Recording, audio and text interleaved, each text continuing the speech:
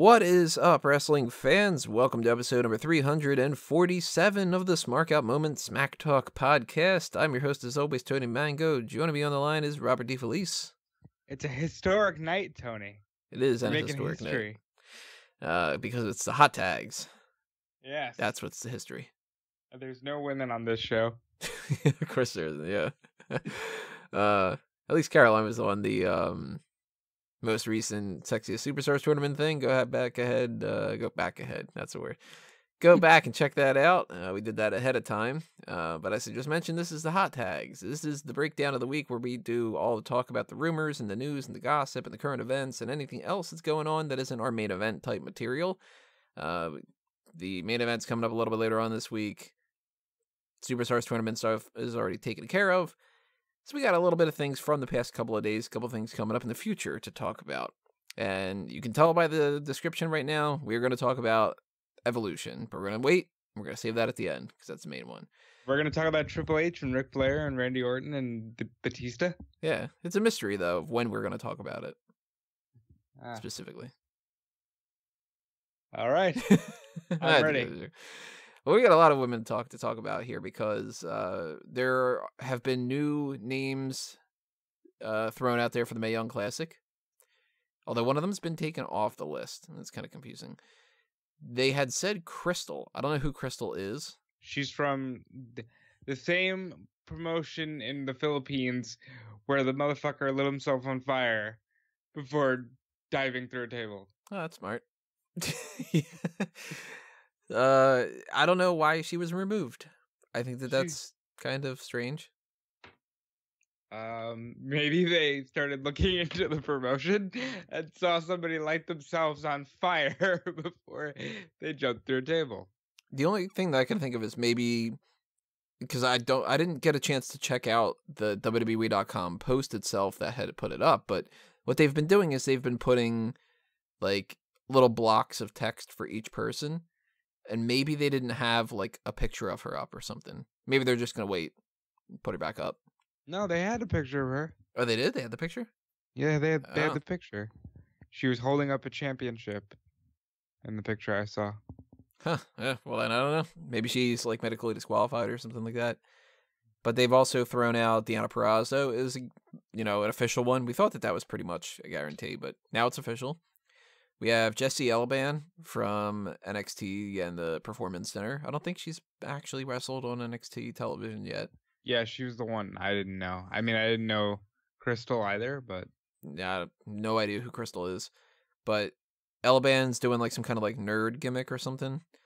I'm cool with it. Kavita Devi from last year, the Indian wrestler, she is back. Mercedes Martinez, very happy to hear that she is back. We were very positive on Mercedes Martinez, so I actually kind of hope that she wins.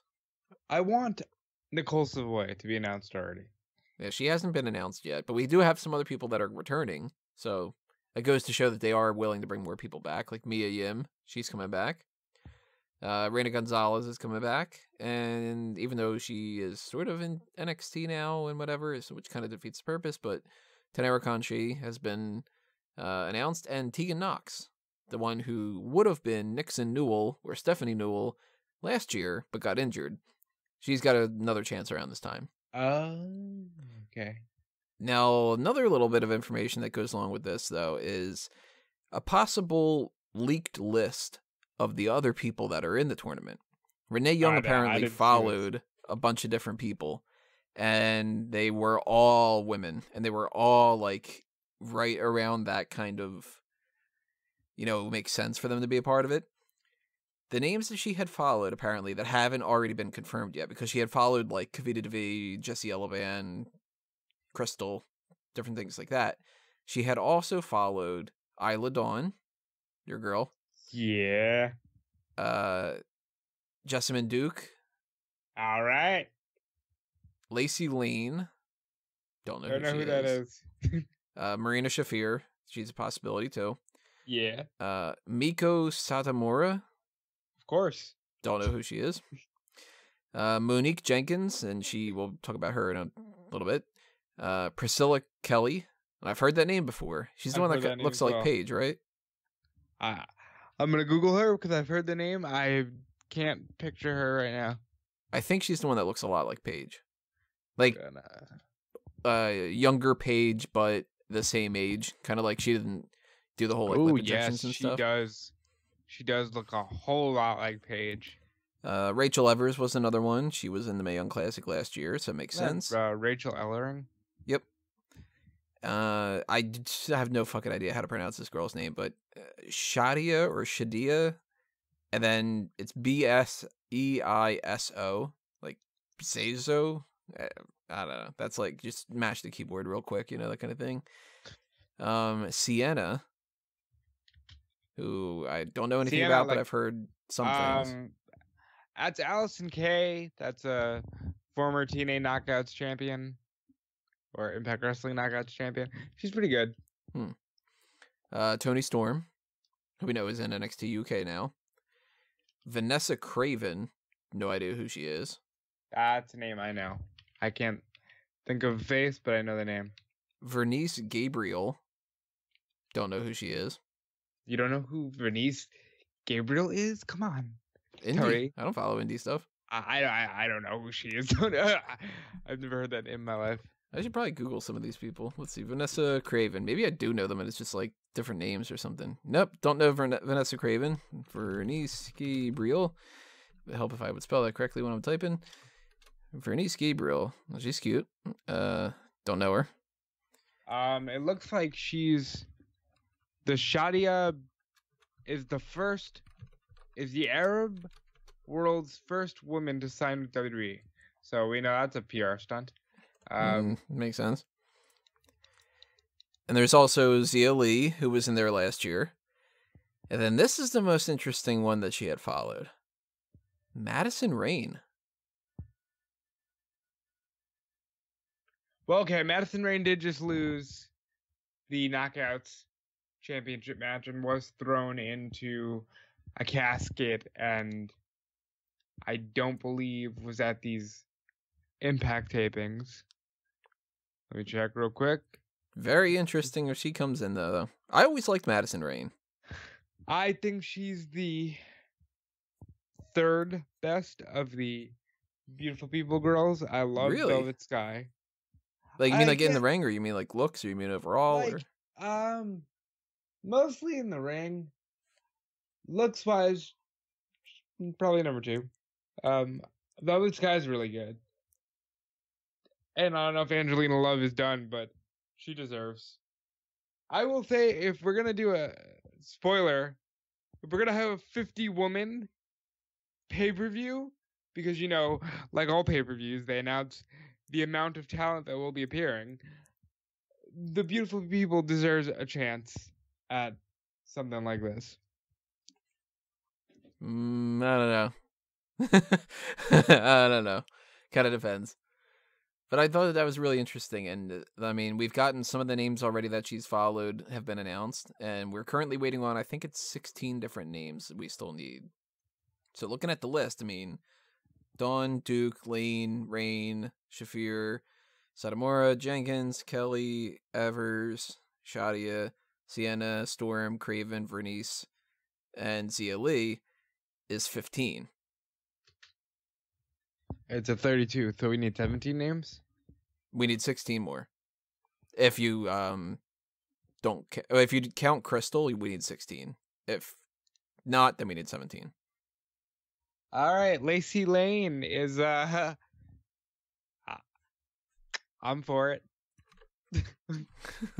Lacey Lane. Let's see what Lacey Lane looks like here.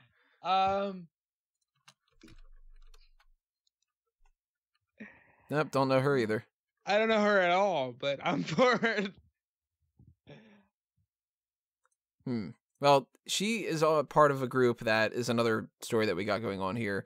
New recruits to the WWE Performance Center. Lacey Lane's one of them. Monique Jenkins, that I just mentioned a few minutes ago. She's one of them. Deonna Purrazzo's another one. Io Shirai is another one. Keith Lee, who we know is in NXT.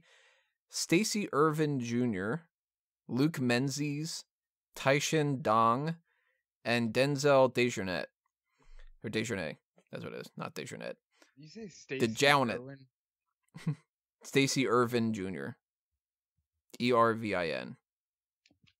So I don't know any of these people except I've heard about Keith Lee. I have obviously heard about Shirai. I've seen Deonna Purrazzo, of course. Everybody else, I have no idea who they are. So, well, remember, they could always technically be just athletes from some other sport. I think that Denzel is, and they had given a breakdown, and this is so many days old that I just forgot to add the fucking information in there. So, yeah, sorry everybody, you're not getting all the information. Monique Jenkins did some work in Impact Wrestling. That's cool. You know, she was trained by the Dudleys. That's cool. And she's one of those potential Mae Young Classic people. So if that's the case, then she could be brought in the way that they brought in like Renee Gonzalez, where they were like, or Reina Gonzalez, not Renee. Reina Gonzalez was brought in, and in the Performance Center, they do the Mae Young Classic. They go back to the Performance Center, and they're still working their way through that. I think that pretty much means Lacey Lane and Monique Jenkins are going to be a part of it. Because, you know, Shirai is, and Purrazzo is. So. Keith Lee and the men, they're going to have to wait. There's no Men Young Classic or something like that. I don't know what it would be.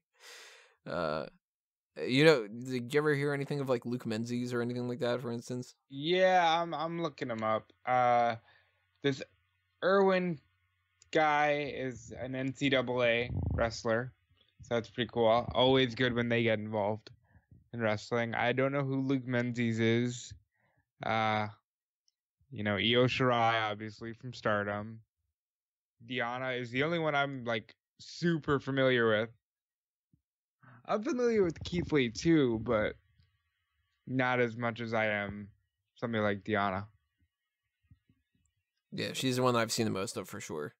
She's actually been in NXT, and she's wrestled a couple of matches here and there, so. And Keith Lee, by the way, in his, like, hey, I'm signed to the Performance Center photo, looks super old. Like, he looks like he's 45. Like, who, Keith Lee? You said? Yeah. How old is he? He's probably like 30 something, right? I have no clue. Let's look. He is 33. Yeah, some people look younger, some people look older. You never really know. I am very excited to see Lacey Lane. She looks like she'll be a badass. Io Shirai is great. Probably end up wrestling Asuka at this thing, but I'm fantasy booking already. Yeah, should be an interesting list of recruits.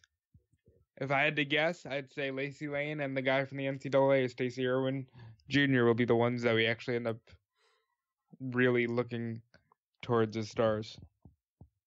It's kind of hard to tell because the Performance Center isn't the same as NXT, where in NXT you can kind of look at certain people and go, all right, that person's going to get a big push, that person's going to struggle a little bit.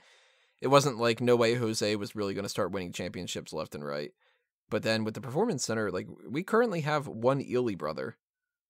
The other one got released. Like, there's weird things that go on like that. We've gotten people from Tough Enough that have never gone through. Somebody must ask for their release. From what I've heard, it seems like I think it's Gabriel's the one that was released, or I don't know, it's hard to tell. Gabriel or Uriel, whichever one was released. The story I had heard was maybe he has concussion issues. But then again, we've gotten people like ZZ from Tough Enough. Like, they put people through the Performance Center that don't necessarily even make it into NXT. And you never really know. Chad Lale, dude was in Impact for all this time. He still hasn't made an NXT debut for the most part. That is one of those things that really ticks me off. This dude pinned Sting on global television. Why is he going through your developmental system? Because he had to become Jackson Riker first. Oh, correct. He had to become a fucking Tekken character. Let's see what we got here. This is a quick one. WWE has filed for the trademark of Starrcade. They did that a week ago. I hope they actually use it for a pay-per-view and not just a house show. I'm assuming just another house show. And I'm assuming that they probably did this because they wanted to make sure that they didn't try to make some kind of Starrcade related thing with like Starrcast and everything else like that going forward. I hope WWE stays far away from All In and doesn't affect it too much. They already kind of got Deonna pulled from the show, but I hope that they let them do their thing. Who knows? Maybe this is a one and done, or maybe not. You know? I'm a little bit skeptical of the fact that they just like they trademark stuff all the time, and sometimes they don't use it. But we do know that Starrcade, I mean, it's got the 2 R's. Yeah, it's clearly well, it's a podcast convention. It was actually created by Conrad Thompson.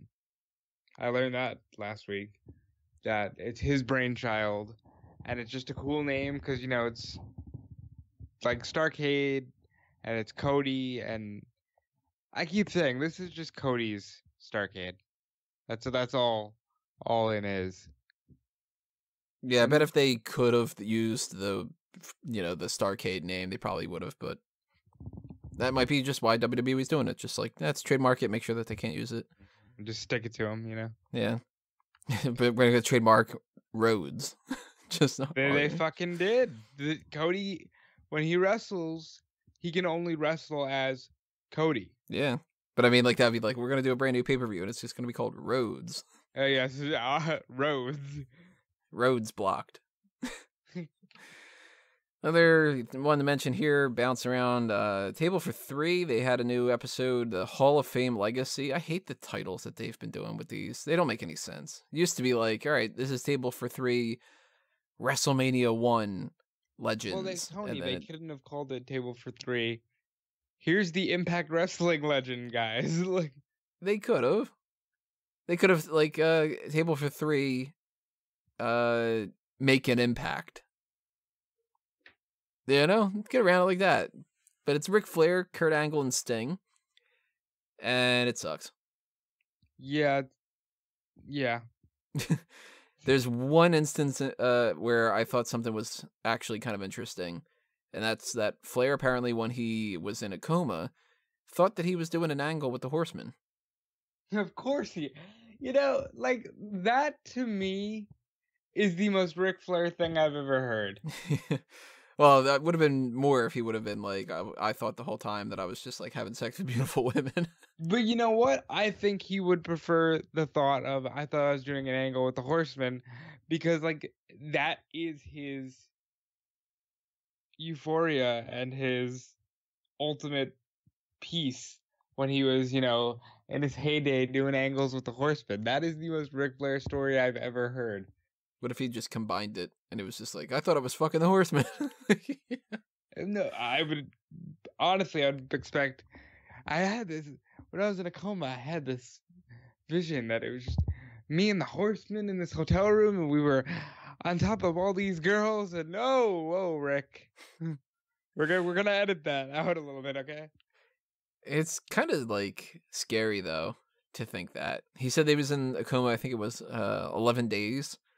And it's like, to think that your brain is, it's good that like your brain's still active and everything like that, but it's like, that's weird to think that your brain has that kind of ability, like that dream sense, so to speak, where you're out of it and all you're doing is going, I don't know, maybe I'm like, you know, doing a program with my buddies. And that's kind of, I don't know, it's kind of scary to me. That's comforting in a way though. It's comforting, but it's also freaky, because then it makes me go like that whole like, am I real? Like that kind of thing. Like, yeah. Do I just imagine that I'm talking on a podcast right now, or is this like I'm gonna wake up and it's gonna be some post-apocalyptic thing, and it's gonna be like, oh my god, I was dreaming the whole time, like, you know. I really get sad when I see Ric Flair now, because he's always just like this rambling old man. He's like your grandpa that rambles, and he constantly has to have people around him to kind of rein him in and tell him to shut up. That's where it gets bothersome to me. I hate to sound like it's like blasphemous, but it's like I would have liked this episode better if it would have just been Kurt Angle and Sting. And like Flair dominates conversation, and if you're up for listening to a Flair conversation, then it makes sense to me. But then it just becomes Ric Flair talking about like, man, I used to love wrestling Steamboat. You know, like I've heard this before. I don't really want to listen to this anymore. Unfortunately, that is how I feel about 90% of the episodes of Table for Three. There's no new stories. I feel like last week with Bischoff, how he goes, really? We have to go here again? Like, isn't there anything else you want to talk about? That's why I love things so much more when it's something like when they were pitching what they would do for WrestleMania. And I think it was Heyman that had said, like, Samoa Joe versus Brock Lesnar in a submission match. That was like, ooh, No, okay, that's Cornette. what he would do? That was Cornette that said that one? That was Cornette, yeah. Yeah, like, that was like, that's what I want to hear more of. I don't want to hear the, man, I used to love wrestling you, Sting. Oh, I used to love wrestling you. Remember how we used to wrestle all the time? Yeah, man, we used to wrestle a lot. I loved it, especially when we used to wrestle. It's like, all right, well, there's 20 minutes. And then Kurt Angle going, yeah, yeah, yeah, yeah, ha, ha, ha, yeah, ha, ha, ha, ha, yeah, huh. It's like, oh my God, just end it, you know. So skip this. Don't watch this Table for Three. It's Kurt just... Angle's been such a good soldier since he's been signed. He just does whatever. Like, right down to his Hall of Fame speech, which was literally just, hey, remember all the funny sketches I did back in WWE? Here's those. Never mind the fact that, you know, I'm a badass. Hey, I do suck. Like, yeah, give me some milk. Even his entrances, yeah. You suck, and he's conducting them. It's like, okay, Kurt's such a good soldier. So I would say skip this. If we're talking about skipping stuff, I didn't even know that this was a thing, but they put out this live with Elias thing with Bourbon Street, but they didn't fucking advertise it all that much, and I thought it was just a Table for Three, so I didn't get a chance to check that out. But next week, apparently, we're going to be getting the other thing, which is going to be the actual, like, unplugged Elias special. So we'll watch both and review both next week. So that ties somewhat into this. I mean, it's still Elias and still whatever, but his album dropped, and it's only 4 songs, which I would be pissed if this was back in the day when you would have to buy a CD, and it was like $20 for 4 fucking songs. And I didn't listen to all 4 of them all the way through. The fourth one is the best. I gotta say, I didn't like what I was hearing. The best song on here is the final song on the album. Which one was that? I believe it's the Ballad for Every Town I've Ever Been In. No, that's the first song. That's funny too. Even though that one is more of like him just, you know, getting cheap heat in music form. It's called "Walk With Me," the last song on the album, and that's the one I enjoyed the most. I don't really like the style all that much to actually like sit and listen to it. And I love the gimmick. Like, don't get me wrong, like I love it when Elias goes out there and he's just kind of all like, you know, like, hey everybody, what are you up to? This town fucking sucks. Like, you know, whatever like that. I love that. But just as a pure song, couldn't get into it. It'd be like if, you know, back in 1988, if they're like, here's a full cassette tape with the Honky Tonk Man. Right, where here is like the Road Dogg singing a bunch of other songs other than "Spend My Days Working," you know. Like, fucking Bruce Pritchard. I've listened to enough of those podcasts now that I listen to. I think of that before I think of the actual song. Yeah, you really do think about the Pritchard podcast. Yeah. But I used to love that song growing up, and now I just think about Bruce Pritchard doing an impression of Jeff My Jarrett baby lip tonight. syncing. Tonight. Yeah, so check it out on Spotify if you want to do the Walk with Elias album. You might like it. I'm not going to say skip it because music is even more of like passive content. You know, you can't really tell people like, oh, you're not going to like that. I mean, I've got a fucking eclectic thing of music. You could put my shit on shuffle and God knows what it's going to be. You know, it could very easily be Livin' La Vida Loca or Barber's Adagio for strings. Like, it's just depressing classical music, techno, fucking... And then Ricky Martin. Yeah, you know, I've got the fucking Macarena in there. I've got, I got a top 100 list, and you better damn be sure that Never Gonna Give You Up is on that. I love 80s music. The song's amazing.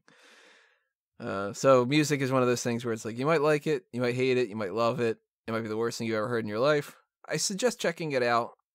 I didn't really like it all that much. For what it's worth, I would have loved if this was like, 4 songs, but it's Elias trying to cover Africa. Yeah, I was kind of hoping for stuff like that.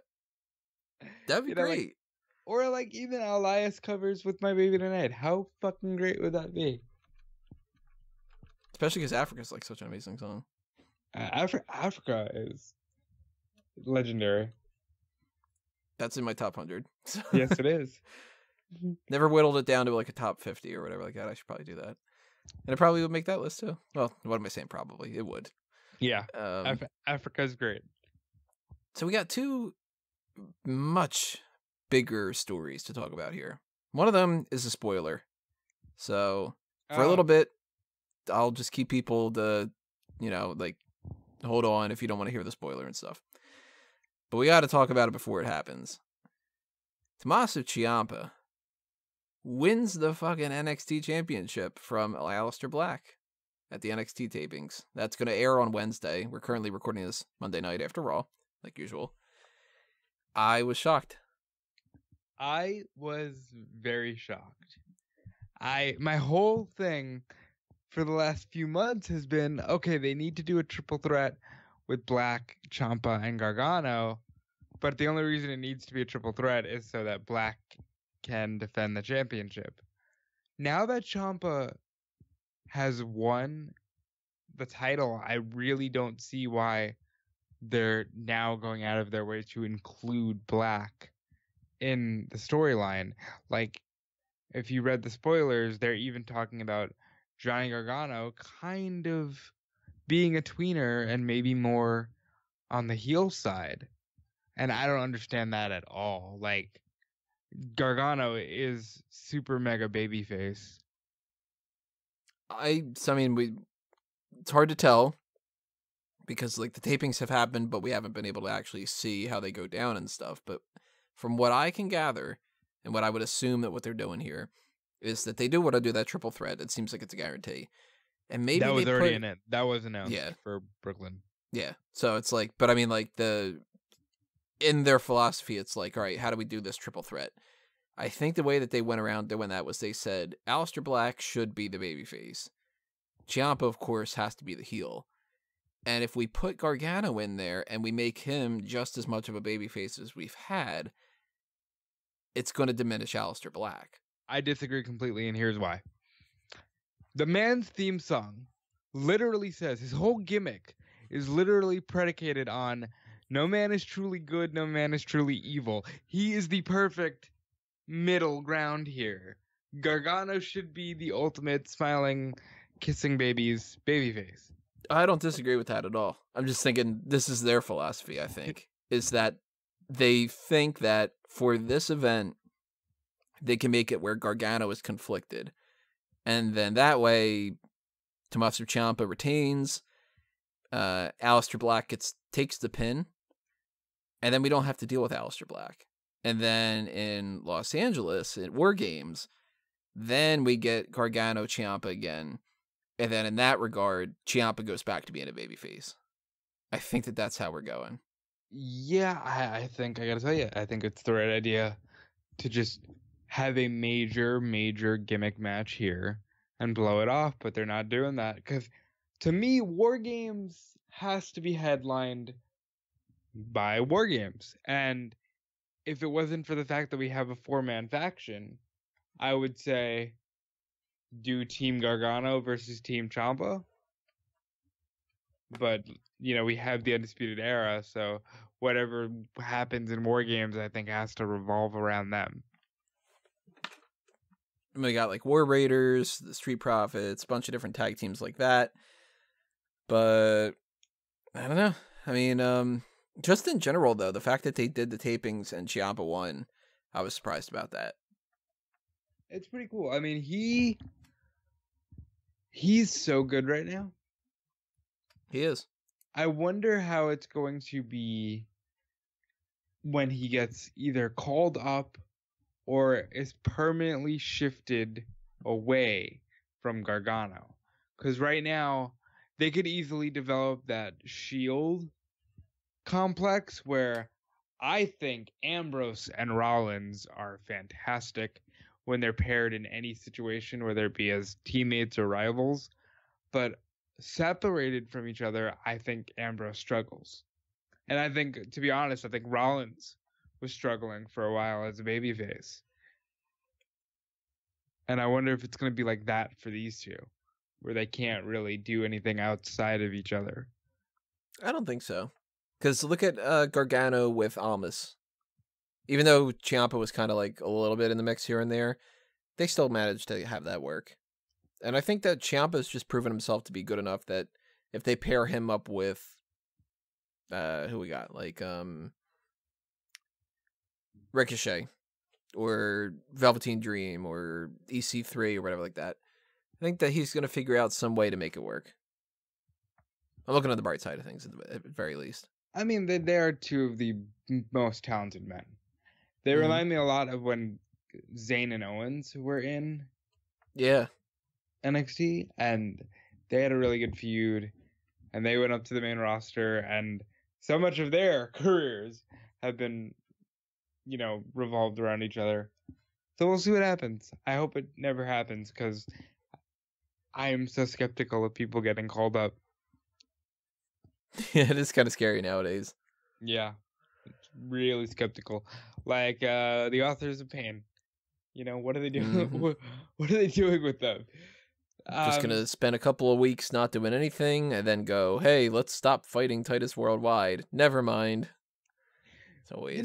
What was awkward about that, and a little bit of raw talk for those who might not know what's going on. That promo that Apollo cut was just so weird. Hey man, he taught me how to be a champion in life. And I'm like, I'm waiting for Apollo to go, and you know what he taught me? How to be a loser, and then hit him in the face. But no, that didn't happen. He just really put over the fact that Titus O'Neil is a great person. And I kind of got vibes strange. about like Hulk Hogan in the mix of it. I was expecting them to say something like, in the face of making mistakes, to apologize and to whatever. Like, I thought that they were going to do something like that. Yeah. I knew it was like hinting at the Hogan thing, which, by the way, I have something on that before we get into the main event topic here. Hogan tweeted, amidst all these rumors that he was insincere, he's a piece of crap, blah, blah, blah. He tweeted, "For life wasn't just a tagline, brother. Hollywood lives." And I'm like, you fucking, I loved it. I gotta tell you, I laughed so hard because I'm like, you're an asshole. They know that they're assholes. That's what's so funny. The 80s wrestlers know that, they're kind of pieces of shit. For him to say it wasn't just a tagline, brother, Hollywood lives. Yes. Please start wearing all black everywhere you go and just be Hollywood Hulk Hogan in real life. Just pretend to play the guitar. Various things, you could be like standing in line buying a gallon of milk and just pretend to play the guitar with it. And just, I don't know. So our main topic for this one is our historic main topic. It is, I mean, I'm sure you know what it is by now, but they announced on Monday Night Raw at the very beginning of the night. They had all the people on the stage, Triple H, Stephanie McMahon, Vince McMahon in the ring.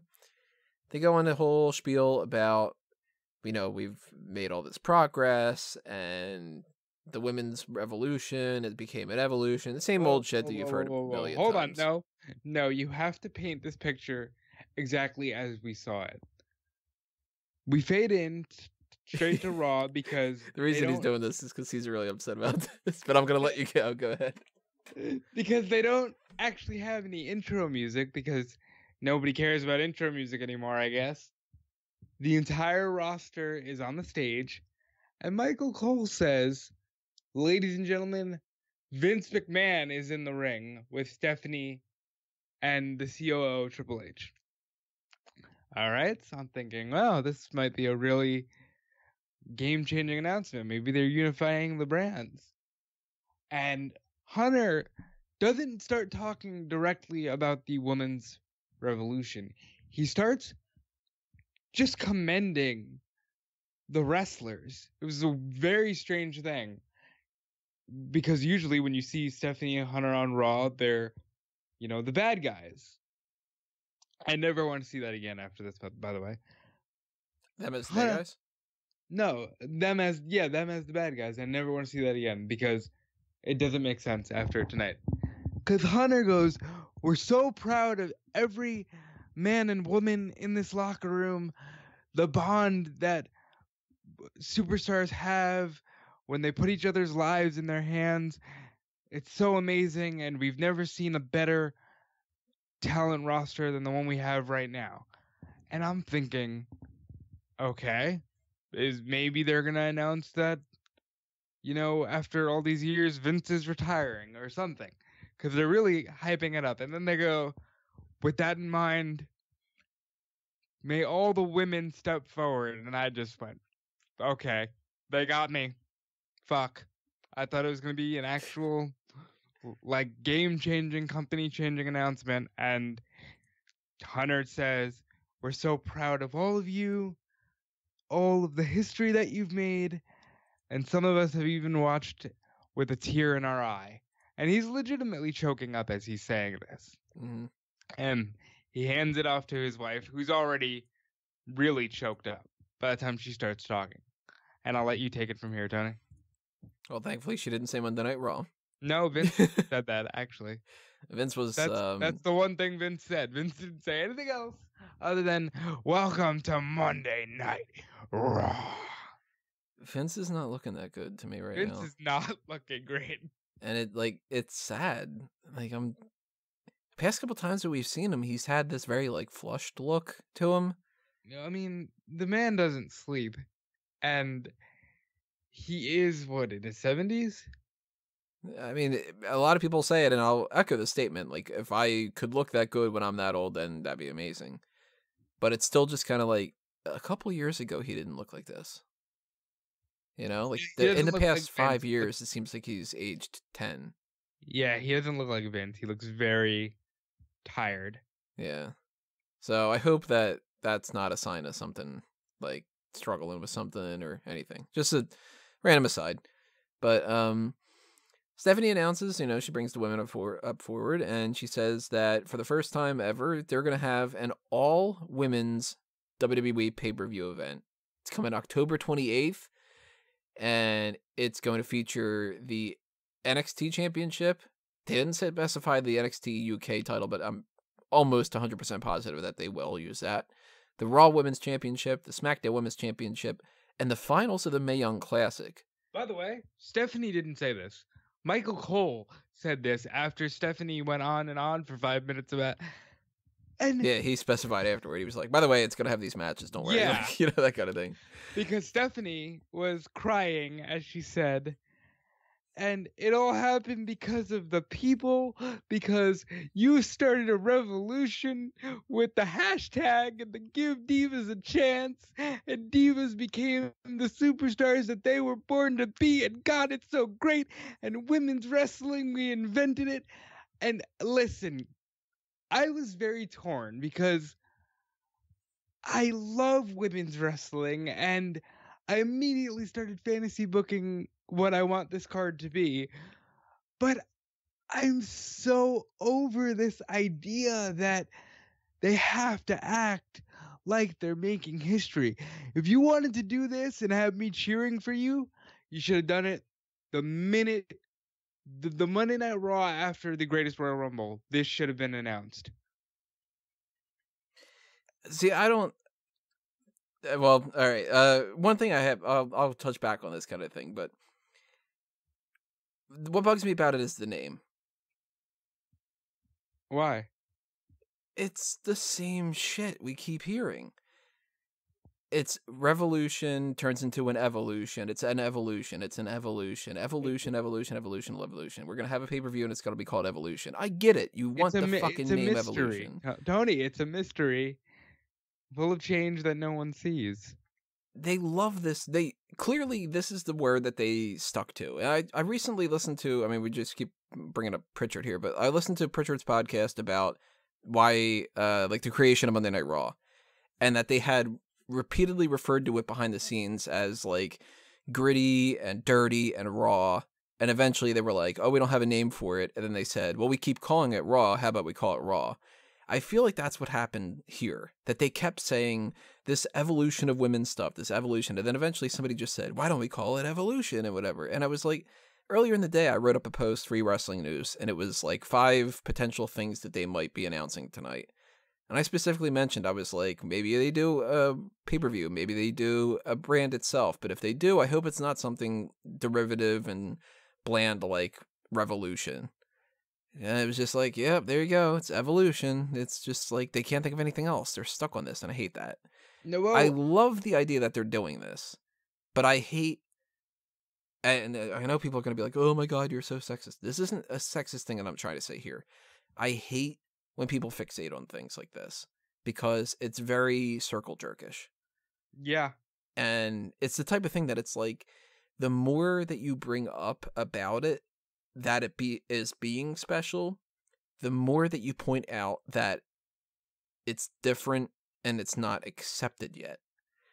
Like, if you just did, I mean, I know that they can't do it. This is where it's a double-edged sword. They can't just go, hey, everybody, we got a new pay-per-view coming up. It's WWE Evolution. It's going to be an all-women's show. All right, our first thing of the night. And then, because people will be like, why aren't they making a big deal about it?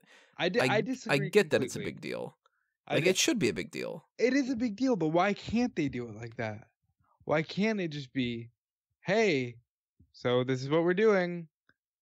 Because, like you said, the more bells and whistles you put on these announcements, the more you're saying, look at us, we're breaking down barriers. And here's, this is probably going to come out sexist as well. But if you know anything about me, you know I think Sasha Banks is the best wrestler they have, period. Sasha Banks is good enough to headline Mania. They don't need an all-women's show to put over how good their women's roster is. They just need to put them in the right positions on the actual main shows. You don't need to bring in 50 women for this. You do, but because that is something that, you know, all pay-per-views do this, Tony.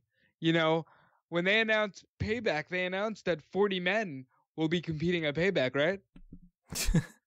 Well, I don't see what the problem is about the 50 women thing. Because it's ridiculous. They're letting you know that they're probably going to bring in people that you won't see again. You know, it's like you said, it's circle jerking the fact that it's women's wrestling. They're probably going to, you know, bring in a few indie names. I don't even know how you could. And by the way, saying 50 women is wrong because now you're obligated to have a bunch of, here's an 8-man tag or an 8-woman tag. Here's a, you know, instead of just doing the best card possible, which by the way, you can have a great card here. You can do so many things. You can do Trish versus Lita for the last time. If that doesn't happen on this show, by the way, they're doing it wrong. Trish versus Lita? Trish versus Lita one final time.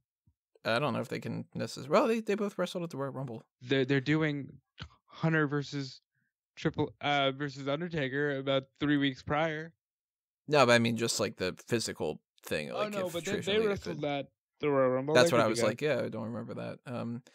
But it's like, because we're gonna bounce around a lot. Obviously, when it comes to this, like, actually, let's try to address things one by one. I mentioned before, I hate the name. What do you think about the name? It is what it is. I mean, they're really trying to get over the fact that It is an Evolution.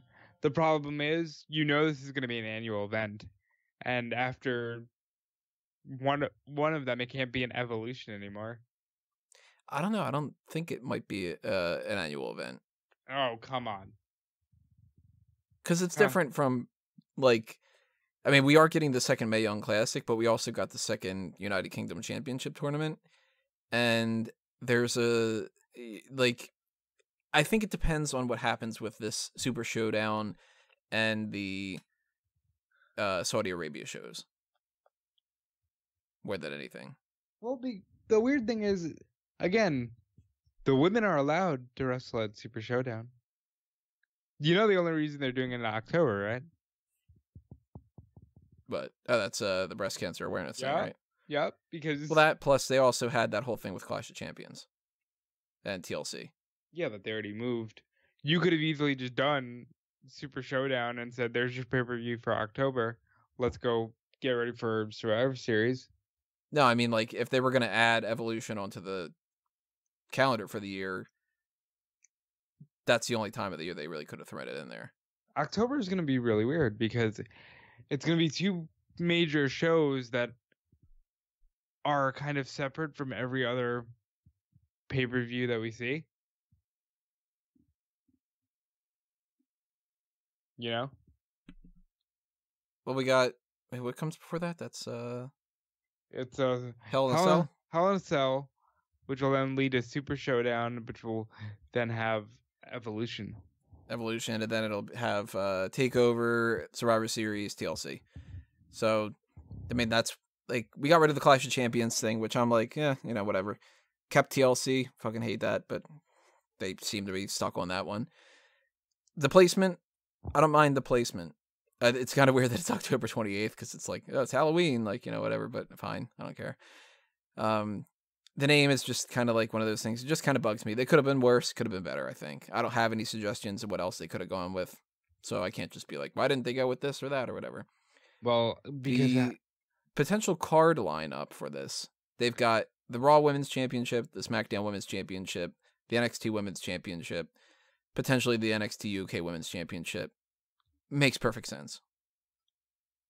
Like, and the Mae Young problem with Classic that. finals. Well, I was gonna talk about that next, but the 4 championships, thumbs up, right? Sure. The Mae Young Classic finals, to me, this makes me go, shit, well, they're taping it August 8th and 9th. So that means they're going to do what they did before, where they're going to run it like an episode a week or something, probably. No, they'll probably release like 4 at a time like they did last year. But if they do that, it's going to be too much of a stretch. Like, that's a whole, like, you go all of August, for the most part, all of September, and all of October to get to that. That's a lot of time. If you do like 4 at a time, and then you wait like a couple weeks, then 4 at a time, it's going to be tough to do that. So I'm kind of hoping that maybe they go with like, all right, every week on, say, Wednesday afternoon, we're going to put up, 1 episode of that. I hope that that's what they do. We'll still know, the taping wise, we'll still know who's like going in that kind of capacity, like, like what went down and stuff like that. But that, I thought that was kind of interesting. Now that changed a couple plans as far as the podcast goes, because I was like, you know what, maybe if they do the taping stuff and then they end up that week releasing it or something. Well, no, we're not going to do that until October. I like the idea, though, that the Mae Young Classic finals are at this pay-per-view. By the way, it's in the Nassau Coliseum in Long Island if anyone wants to actually go to this thing. Yeah, I think that, like, Friday is when tickets go on sale or something. I don't know. I didn't pay attention because it's not me, so I'm not going to buy any tickets for it. Well, let me ask you a question. The main event, are we doing the Mount Rushmore of women? Yeah. Okay. I have fantasy booked a bunch on this card already. Like I said, I would love to see Trish versus Lita one final time. I think that we could still end up potentially getting a women's tag team championship, But we're getting the Bella Twins in a tag match on this show. If we don't, it's wrong. You Depends know, on if they can actually wrestle, though. they were also at the Royal Rumble, weren't they? They were, but who's to say that they're not like banged up or something? You know, logically speaking, if they can go, then like Trish and Lita make sense, and Bella Twins make sense, and you know, they're gonna bring in some people. They're gonna do that. The downside to this kind of thing, bringing in a lot of people when it comes to that, kind of makes it to where next year with the Royal Rumble, how many more people are you going to bring in that's going to seem all that special if they keep showing up all the time? Well, this is me 100% pure being a fanboy here. This is the perfect shot for AJ Lee to do something. Not a chance. Let me have this, please. She deserves it. I was also thinking, I wasn't just thinking AJ. Sable also deserves to be here. I don't think she has much of a chance either. But when we talk about the allure of, you know, women that were super over, Sable's at the top of that list. And, you know, AJ kickstarted a lot of things as well. I hope Alundra Blaze decides to wrestle. Bull Nakano, by the way, can still go. Just saying. If they wanted to do that match and get your Legends kick, I'd be cool with that. There's so many cool things you can do. I definitely think that Bayley will fight Sasha. If not, then maybe it can be Bayley and Sasha versus Trish and Lita. That'd be pretty cool. I think Becky should fight Charlotte for the SmackDown Women's Championship. What do you think about that? I don't know. It depends on so many other factors. Depends on who's. I mean, we're assuming that Becky Lynch fights Carmella at SummerSlam. I'm assuming she beats Carmella at SummerSlam. I'm assuming Ronda Rousey beats Alexa Bliss. Then it's kind of like you got to start booking the other shows and then backtrack, I think. That's tough. I don't know. There's so many people that can have good spots on this show. Ronda Rousey is obviously going to be a major player. Who do you put her against? I was actually thinking don't have her in one of the title matches. One of the layouts I had in my head already for this show was one half of the women's 4 horsewomen, Bayley and Sasha, can wrestle for the Raw Women's Championship. The other half can wrestle for the SmackDown Women's Championship. And then Ronda, and this might be killed because of the way they booked her, but Ronda can have the dream match with Asuka. Maybe. Because they haven't specified a lot of things yet. They haven't specified that this is going to be like that they'll allow Raw and SmackDown women to fight each other, or if it's going to be like a bunch of Raw matches, a bunch of SmackDown matches, a bunch, like that kind of thing. We don't know if we're going to get like some Battle Royal on the card. I think you're definitely getting a Battle Royal and a multi-person tag because you have 50 women announced on the card. It's a 100% guarantee we're getting multi-person tags. Like, guaranteed. What's Lana really gonna do? Right. You know? What's Dana Brooke gonna do? She's not getting a fucking singles match. God damn it. It's just not gonna happen. Like, let's be honest. They don't fucking care about Dana Brooke. And then you gotta think Kelly's coming back for this. I would assume so, yeah. Again, I'll say it again. If you do not have Trish and Lita in the same match, you're just doing it wrong, guys. You're just doing it wrong. Here's my worry about the card. We don't know who's going to be healthy. We don't know who's coming back, all that other kind of stuff. We don't even know if it's going to be like 4 hours long or 3 hours long or whatever. What I don't want to see is Trish and Lita come back and they have a segment with Mandy Rose and Sonya Deville, and they go, hey, we're like the new Trish and Lita, and we could beat you up. And then they go, hey, well, why don't we fight each other at that? And then it shows you, because it's like, well, Mandy Rose kind of looks a little bit like Trish, and it's kind of the two of them, and these two friends against these two friends. And then we also have the Bella Twins come back, and they go, and they get paired up with the Iconics because, hey, you're a duo and we're a duo and whatever. And then we have the Riot Squad are all together, and they bump into these 3 random women that are like Michelle McCool and Kelly and Candice Michelle, and it's like, and I don't want to see that shit happen. All right, I'll agree with you there. I did think about the Bella Twins versus the Iconics, but then I thought of a better one. Let's put Lay Cool against the Iconics. You know? None of the matches, by the way, that I can ever think of when it comes to this really have me all that interested. And that's from somebody who likes the idea of this card, like put the possibility of them doing this event. I like that they're going ahead with it, but I just kind of don't care about the specifics yet. Like, they're going to have to do a lot to convince me that it's going to be a great show. I actually kind of fall on the other end of the spectrum. I think I can forgive whatever the undercard is as long as the key players are properly in place. So, you know, Bayley and Sasha doing something where they're either in the ring together or wrestling Trish and Lita. Same thing with Trish and Lita. They're either wrestling each other or wrestling Bayley and Sasha. You know, you could always just do the 8-woman tag with the 4 horsewomen and the 4 horsewomen. That is a possibility.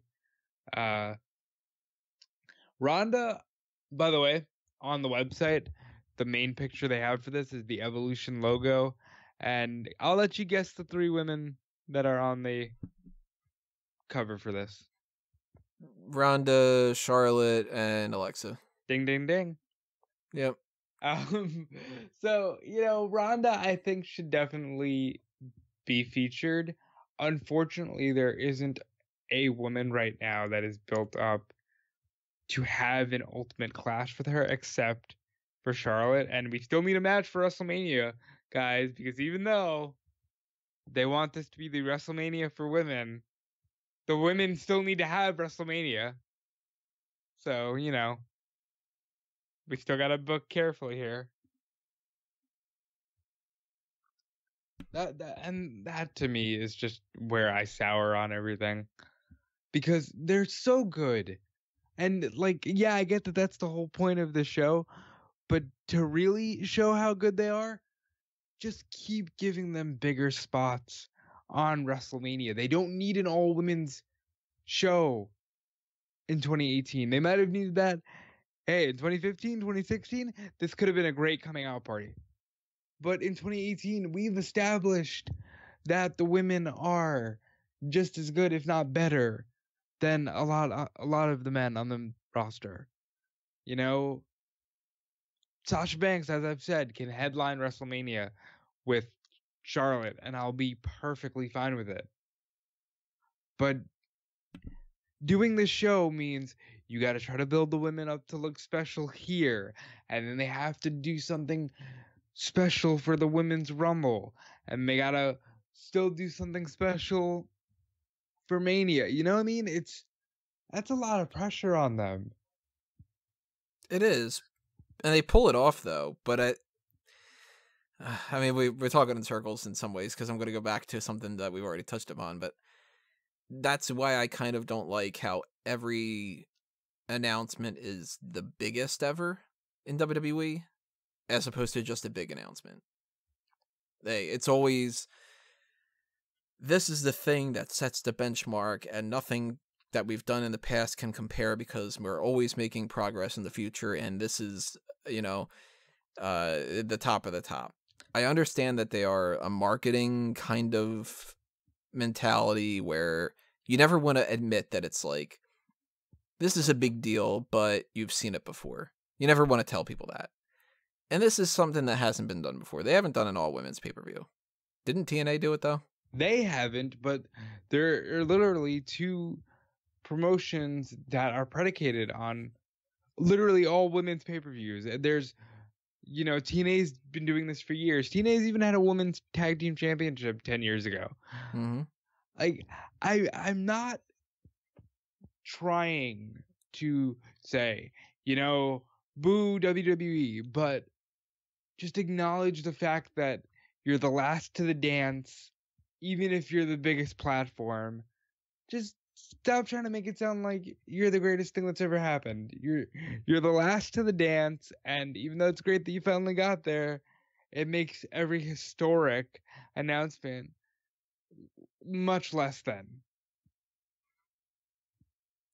Yeah.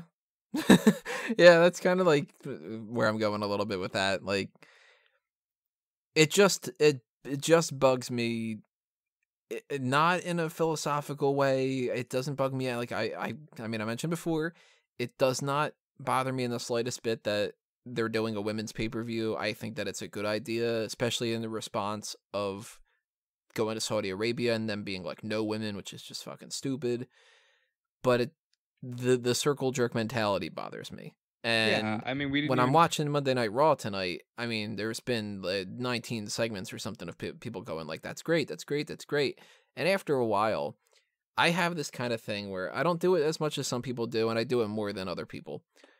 When somebody tells me that something is great, if I don't know what they're like, what they like and what they dislike to be able to judge based off of that, if I don't know, I just assume maybe it's okay.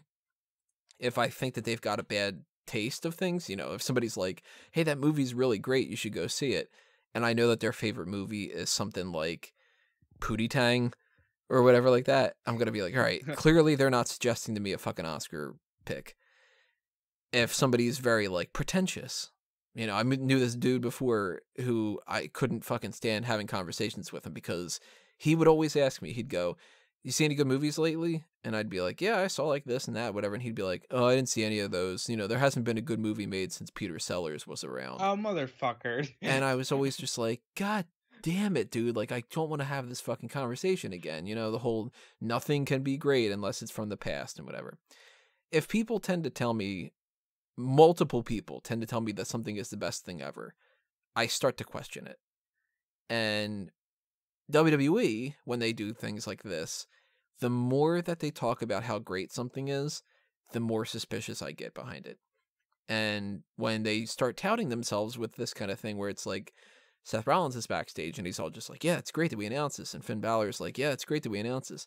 I like that they're showing support for it, because there are people that will be susceptible to that. And they'll be like, the more I hear it, the more that I understand that it is great, No, and no. I'm not going to be against the women's thing, because we do get people that are like, ugh, all women's card, this is going to suck because the women can't wrestle. Well, but yeah, but those people, you're not gonna change those people. Yeah, you're going to change a very small percentage of those people, and most of them are going to go, well, I'm watching that shit. So that's why that gets frustrating, because you're targeting those people. Meanwhile, somebody like myself, my first reaction is I go, I hate the name. Now I'm going to have to do all this stuff with like the templates of the websites and stuff like that. But I go, all right, let me add that in my list of things that I need to do for the year. Yeah, I'm going to watch the fucking pay-per-view. I'm going to review it. We're going to do predictions ahead of time. It's the same as any other pay-per-view for me. And I don't have that personal connection of feeling that like women empowerment thing because I'm not a woman. So I can't speak on that behalf. But if I have to hear every single week for the next 3 months about how amazing this is, it's going to drive me crazy. Yeah. But that's the same. I'm going to say it before anybody says it. That's the same as anything. If it were to be, we're doing a pay-per-view and it's going to revolve around, I don't know, Asian... Roman versus Lesnar? Oh, we're talking just race. Okay. Well, race, or you know, if it was like we're going to do it and it's all going to be based off of people who they have a gluten deficiency. Like I don't fucking know. And you repeat something over and over and over and over again. By the time it comes around, I'm going to be like, can we just fucking end this and move on? Like, can we just have Survivor Series happen already? Well, like that kind of thing. You know what? And I'll give you a great thing. I love the charity work that they do. I do. I love Tribute to the Troops. Used to be a fun show to watch. And even the stuff with Coleman and Connor's Cure. Love it.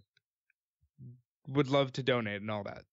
But when every single show has about 4 breaks in October where we go, WWE is partnered up with the Susan G. Komen for the Cure Foundation, you're just like, all right, we get it. You're great. You do great charity work.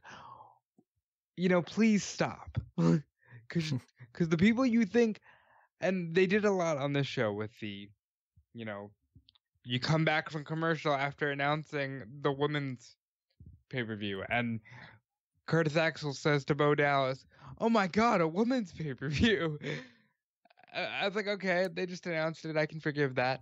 And then when fucking Finn Balor is just talking to Chad Gable, and he's like, "Oh my God, a women's pay-per-view." It's like, come on, guys, come on.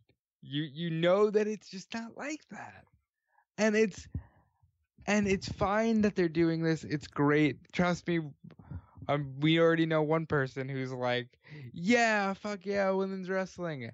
But here's the thing. I feel like that when they put on good matches with compelling stories. I don't need the pay-per-view to be active to feel great about women's wrestling. I just think they should be treated like wrestling in general. That's the whole reason you took them away from being divas and made them superstars, because it's an equality thing, not because you want to make them the more important superstars because they're the special ones. No, you want to make them inclusive. I guess kind of one of the things I want to, because I'm more for this than you are. If there's one thing that you could change about it that bugs you the most, what is it? Whether it's the promotion ahead of time or it's the, whatever. It's the circle jerk mentality. And don't get me wrong, I am, like, I had immediately mixed emotions because I went, ugh, they're doing it again where they're acting like they're the saviors of women's wrestling. And then I went, this could be so awesome. I'm fantasy booking this card. So for me, I just want to stop the circle jerk mentality of, look at how great we are. We're so great. If they can cut that out, I'm all for this show. If we don't hear almost anything about this other than a quick mention once in a while, like if they just kind of go like, say for instance when they do the kind of thing where they go, hey, if you sign up for the network, you can get your first month for free, and if you do that right now, then you'll be able to get the Super Showdown and Evolution at the beginning of October. Cool. Exactly how you should go. If every week for the next bunch of weeks we see Sasha Banks cut promos where she's crying and saying, I can't believe that we're doing this and we whatever like that, I'm going to be like, mute. I'm fucking tired of it. Because I hate when people do that with anything. I hated it when Wonder Woman came out and everybody talked about it being the best comic book movie of all time. Yep. I hate it when, and that sounds like it's being like a sexist thing, but it's not about the women thing. It's about anything. When Black Panther came out, I love Black Panther. It's one of my favorite MCU movies. But at the same time, everybody was talking about how it's the first black superhero film. And I was like, you had all these other black superhero movies ahead of time and they don't count? Like, Blade doesn't count? I mean, I can understand not counting fucking Meteor Man, but like, Blade came out before fucking X-Men. Let's give it a little bit of credit here. I don't even fucking like Blade, but like, everybody wants to be the one that makes that step. And that bugs me. So when they announce something like this, I have happiness for it. And I'm excited to see what they do. And I am more interested in this card potential than I would be if they said that they were going to do something like, I don't care for, here's a good example. I don't give a shit about the UK division at all. And people have been going nuts about the UK division about like, well, this is so like progressive that we're adding the UK. I fucking hate it. I think that you should take a couple of these people that are in the UK division. If they're good enough, put them on the main roster and that's the end of it. Put them in the NXT roster, just whatever. I don't want the United Kingdom division and the Asian division and the Mexican division and the Canadian division and I don't want all that kind of crap. Just like I don't want a women's brand. I don't want 205 Live to be necessarily by itself and not getting any attention. I don't want to, yeah, I'm going around in circles here. My issue here is very similar to the circle jerk kind of thing. I don't want to hear about this nonstop until November. But if we just do it, I want it to be fucking great. I want the matches to be worth watching. And I don't want to hear any kind of bullshit about how amazing it's going to be to see a 19 women teaming up against each other tag team match. Because if you like that, then I can point you to a whole lot of WrestleManias where you can get your fill. I want this to be as good as it could possibly be, and I don't have faith in WWE doing it. That's Absolutely. my issue. I will co-sign that. Because more than anything, that's my issue. I feel like they are going to tout themselves as doing that for months. And then when push comes to shove and we're getting that build to that card, we're going to get Trish and Lita versus the Iconics, or the Bella Twins versus the Iconics, and whatever. And they're going to act like that's, Shawn Michaels versus The Rock, or Sting versus Undertaker, or Hulk Hogan versus John Cena in their primes, and it's not going to be that type of thing. It could be great, and I'm really looking forward to the potential behind it. But if it doesn't work out, go back to this time frame and just hear me out. I want to be wrong in my assessment that I think it is going to be kind of bland, and people are going to go nuts over it. Well, do you even if it sucks, I think people are going to be like, well, this was such a great pay-per-view, just because it's an all-women's pay-per-view, and I don't want that. Well, do you feel like me, where it's as long as the top 6 key players are doing good things, you don't care what the undercard is? Depends on how long it is. I think if we've got like 3 hours. If we got like a 3.5 hour pay-per-view and we've got 2.5 hours worth of it is like really rock solid and everything, you could have an hour worth of like meh. But if like the selling points are, hey, we're gonna do another Nia Jax versus Ronda Rousey match, I don't care. If we're gonna do Alexa and Mickey and Alicia and Dana versus Sasha and Bailey and Ember and whatever, I don't fucking care. That's Monday Night Raw match. Like that kind of thing. I guess basically I can boil my opinion down to, I don't really like the name. I think it's a little bit derivative. I am worried that the promotional stuff is going to get bothersome. I am worried that WWE isn't going to book the type of card that I want to see. But at the same time, I'm very happy that they're doing it. I'm extremely happy that this isn't an announcement of women's tag titles. Or even worse, the philosophy of the women's Intercontinental and removing the SmackDown title and all that other kind of bullshit. I'm very, very happy that the women are getting something in response to the Saudi Arabia bullshit. Actually, I'm going to stop you right there. Triple H has already come out and said this is not in response to... Oh, it is. Well, but they're not even going to let themselves have that one. And that's stupid. They should say that that's the case, but it's like, they're probably not saying that because they don't want Saudi Arabia to be pissed. But it is. And that's the kind of stuff that bothers me too, because it's like, that's the side of the promotional stuff that bugs me. Why not admit it? Why not say, hey, earlier this year the women weren't able to perform on one of our cards and we decided that we should showcase them. You don't have to say, we're doing a press release and talking about how Saudi Arabia is ass backwards. You can say it in a nicer way. And just acknowledge it, because when that happened, everybody was criticizing WWE and they were saying, you can't say that you are a part of the women's revolution and all this and women's empowerment if you don't support them. Well, now it's time for them to go, yep, see? Well, I am very much for this show. I was not for how they announced it. I'm not for all of the hype and the theatrics, because I know that the women don't need all of that fluff anymore. You know what I mean? We're not in 2015. We didn't just get rid of the term diva. We're good. We're in a good place. I'm glad that they're doing this show. I think that this can easily be one of the best shows and one of the worst. It all depends on what they book and how they build to it. But one thing I've been thinking about as you were talking, I saw it at the Royal Rumble. I don't want Stephanie on commentary. Ooh, no, please no. No. I'll take her in the ring. I'll take her in the ring versus Ronda.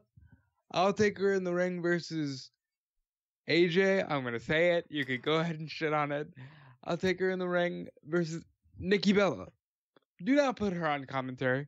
Please. That was so bad.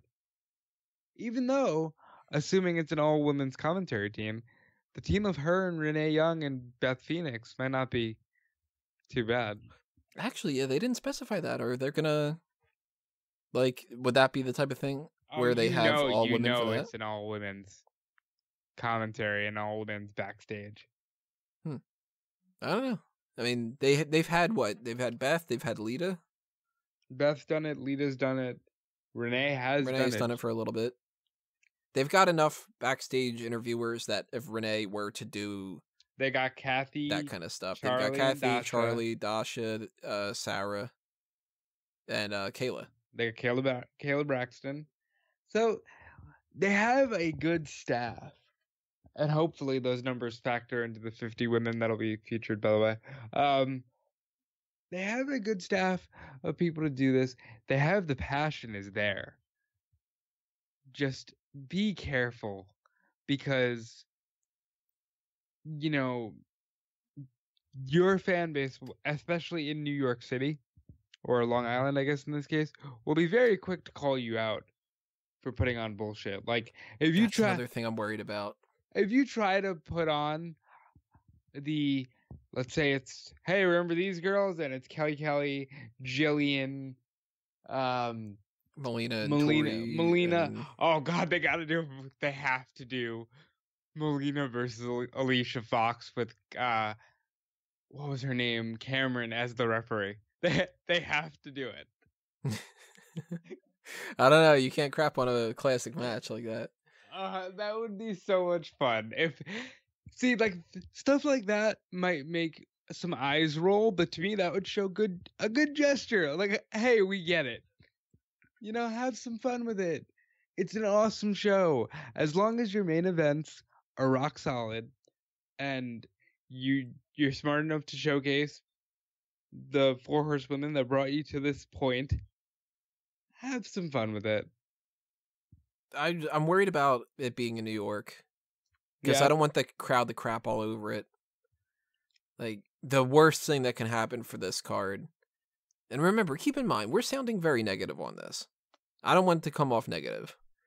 It's kind of impossible because we keep crapping on things, but it's like, I don't want this to sound like it's like we're not supportive of it. Back to the idea that I love women's wrestling, but yeah, it's like, I think the thing is here, it might be getting lost in translation, is you probably have the same philosophy I do. I want this to be great. I'm just concerned. Yeah. That kind of thing. And when it comes to like the Nassau Coliseum, I'm very concerned that they are going to have a crowd that is going to be chanting for Randy Savage and stuff in this. And then they're going to bring out a beach ball during the Kelly match, and then that'll unload the Twitter comments of, you're so disrespectful to women's wrestling, and even though you laugh when they do it to Roman.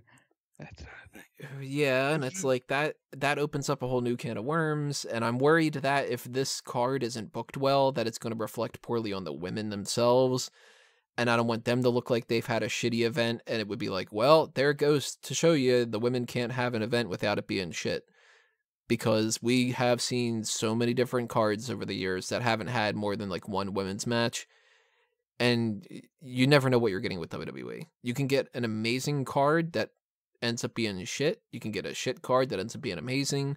You can get something that looks mediocre and it is mediocre. You never know what you're getting. So until we know what the card is, we can't really talk about like the actual specifics behind it. All we know right now, it's called Evolution. It's in October.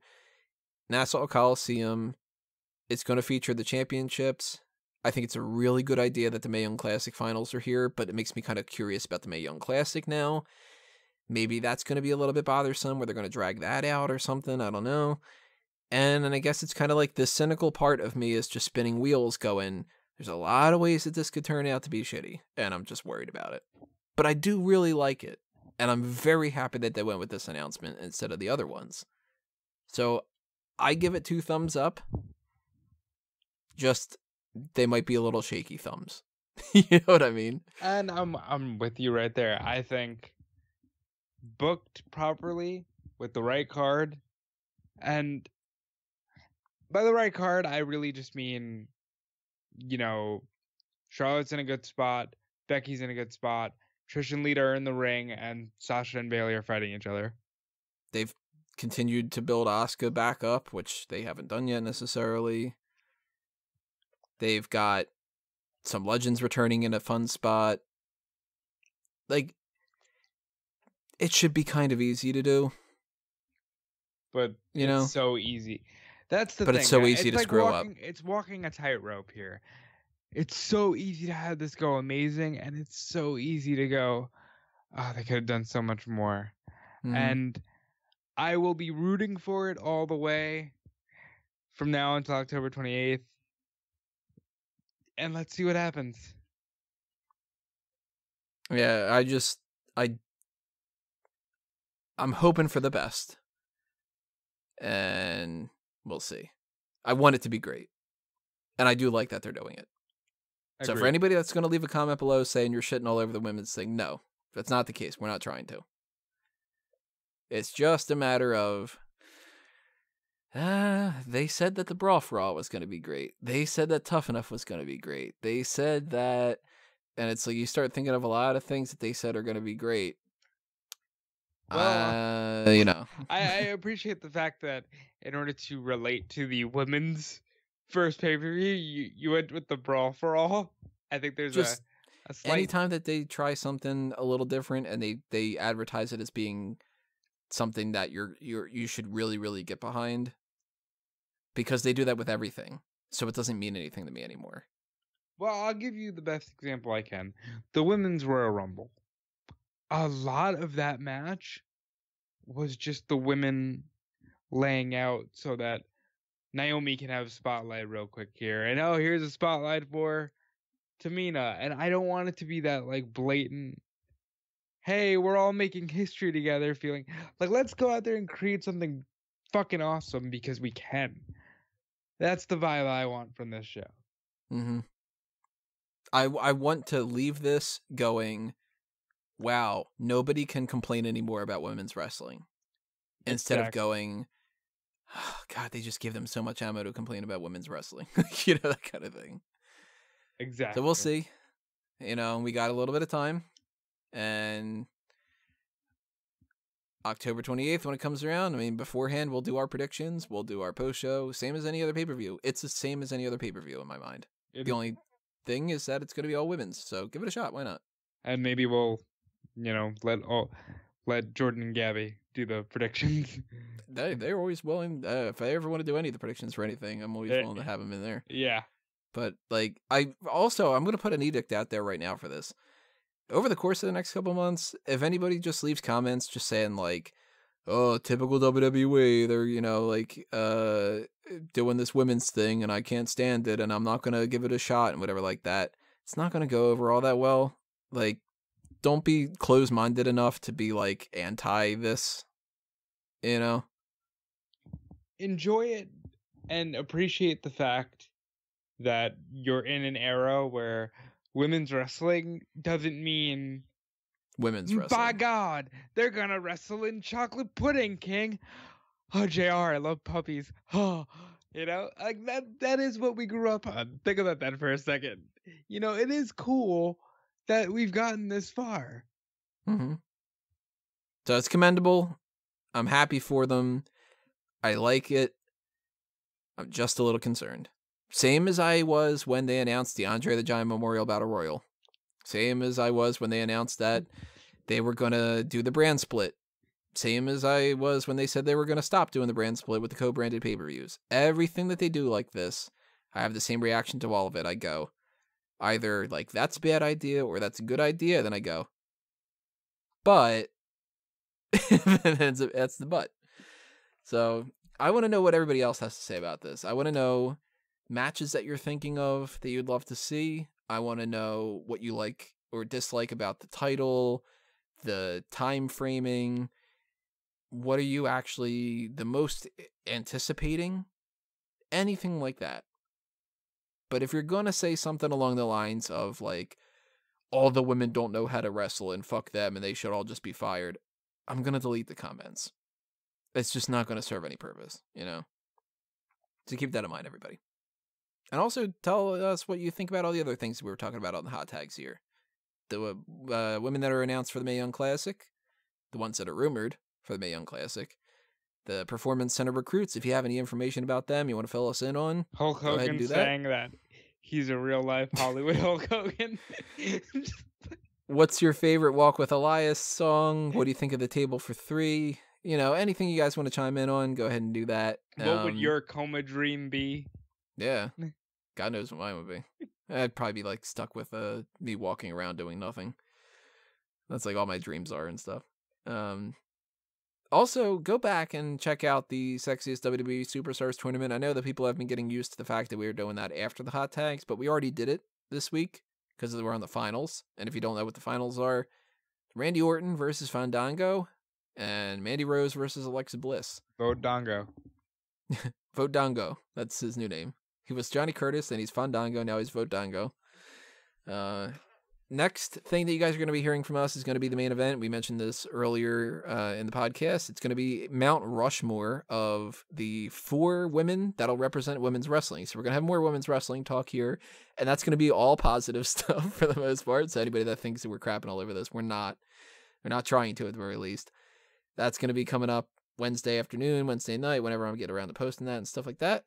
So if you want to be aware of when these things go up, the best things that you can do, you can follow us on Facebook and Twitter at SmarkOutMoment. You can subscribe to the RSS feed, follow the email, all that other kind of stuff like that.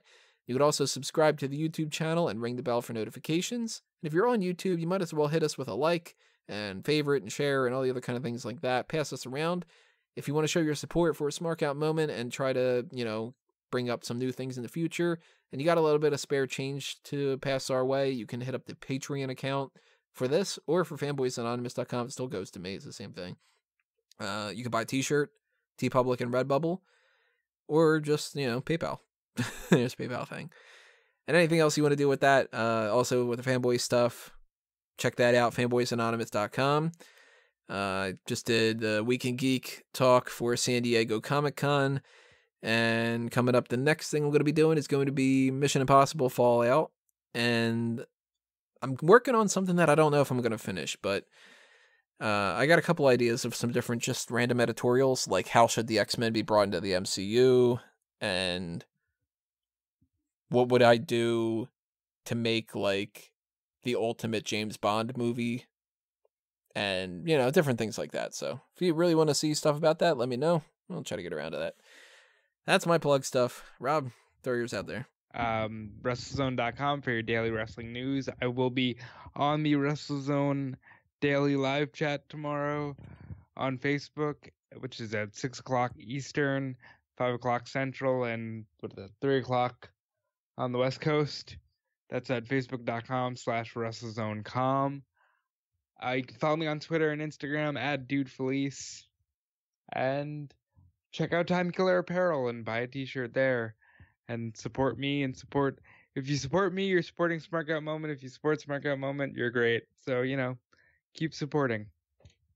Yes. If you support us, you are great. That's how it works. That you get into heaven if you support us.